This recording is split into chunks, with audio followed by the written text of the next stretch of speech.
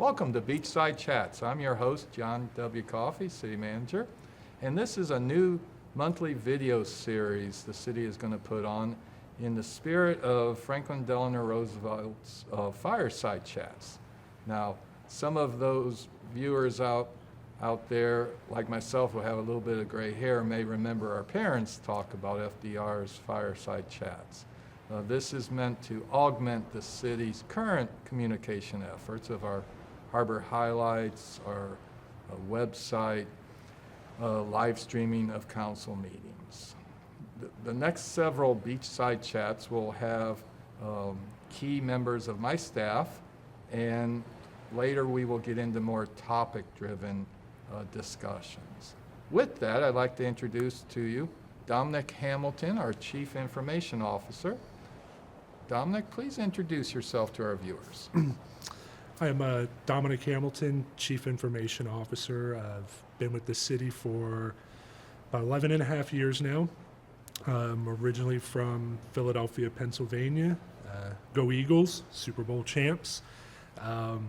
Moved down here early 90s. My father and mother, brothers, sisters went to Delora Junior High School, graduated from Titusville High School, off to UCF. I joined the United States Air Force around 2001, and when I got out, I came right back here.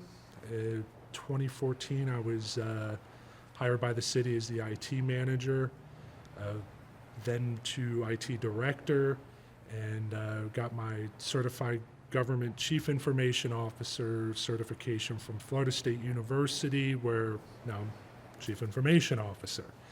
I've been married to my incredible, amazing wife, Gianna, for 10 years soon, and I've got two fur babies, Honey and Molly.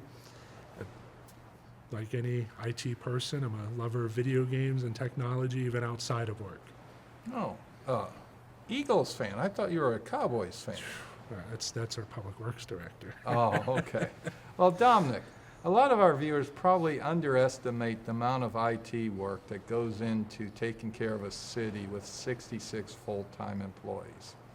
I know years ago, when I was younger in this profession, if we had 66 employees, that would mean about 20 to 25 computers and 2 or 3 cell phones.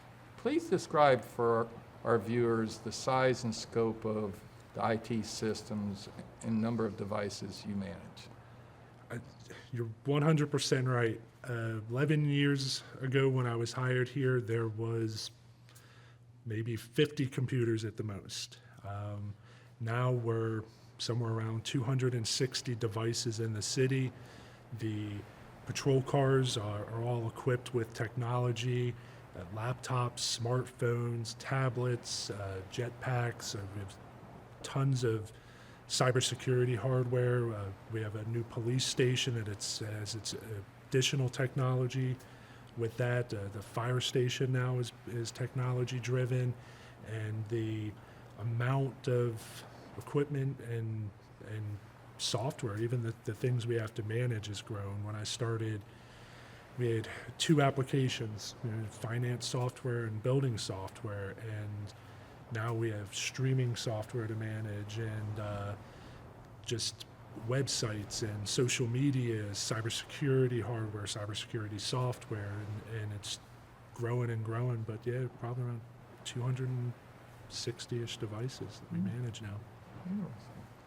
Dominic, tell our viewers some of the lesser known things that you and your staff do to keep us safe from cyber attacks and bad actors out there.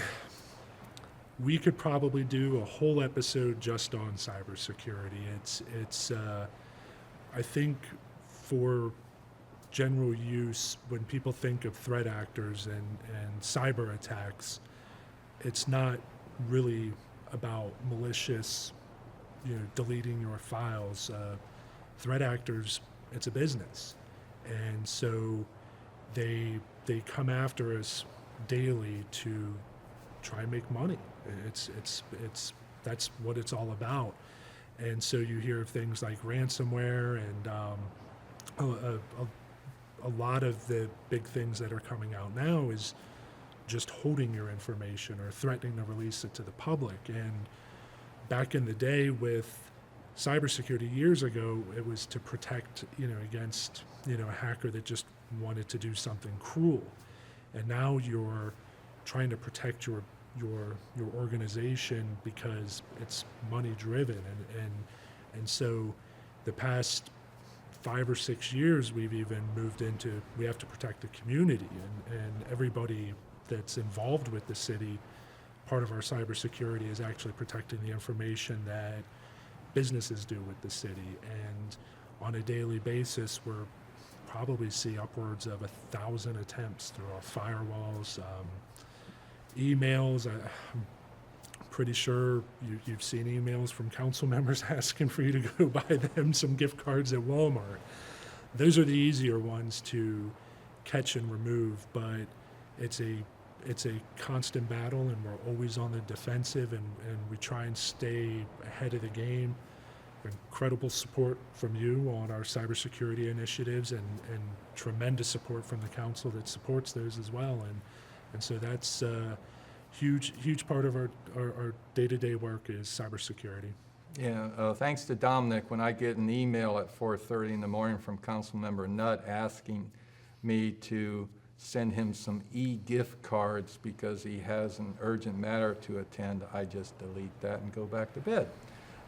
One of the things our viewers may not realize is that each city employee in her or his job description has a favorite line that I like to see.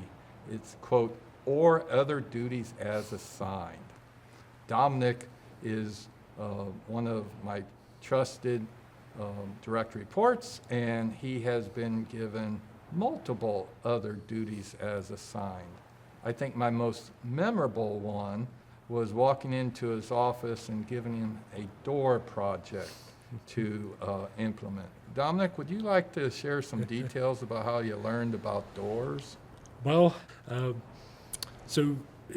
as technology changes, the simple doorknob has also disappeared, and our doors are now controlled by computers and servers and all kinds of electronic mechanisms. And so we were looking at upgrading the doors, and even though it's not very much IT related, it is very technology driven these days. And so not just the technology portion, I've had to learn everything about doors. So how the locks work, how the levers work, how the push bars work, how the mechanical signals are sent from a piece of metal up top to the push bar.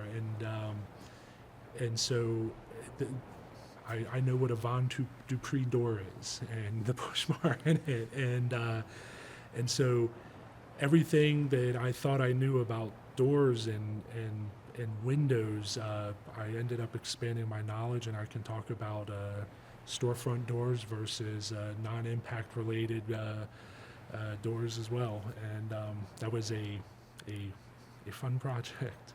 So the next time you're at City Hall or the Rec Center and you go to open our main entrance doors, you can think of Dominic and his work in getting those installed.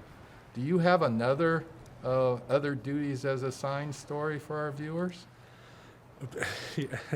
Probably the biggest one, I think it was shortly after you became city manager, we had that Communications International company, and they wanted to come out and put some promotional videos together for the city. And when they got here, somehow I ended up being their tour guide. And so the middle of July with their camera crew, I went through the whole city, on the beaches, to the restaurants, to the recreation center. Had to supply waivers to the guests to be filmed. And 3 days later, when it was all wrapped up, I looked like a cherry from living outside for probably 30 or so hours, just following the film crews around to film our city. And if you go to our website, all of those videos are on there. And when you watch those videos, just remember there's a Dominic melting somewhere behind the camera on those. Those are probably the two biggest ones.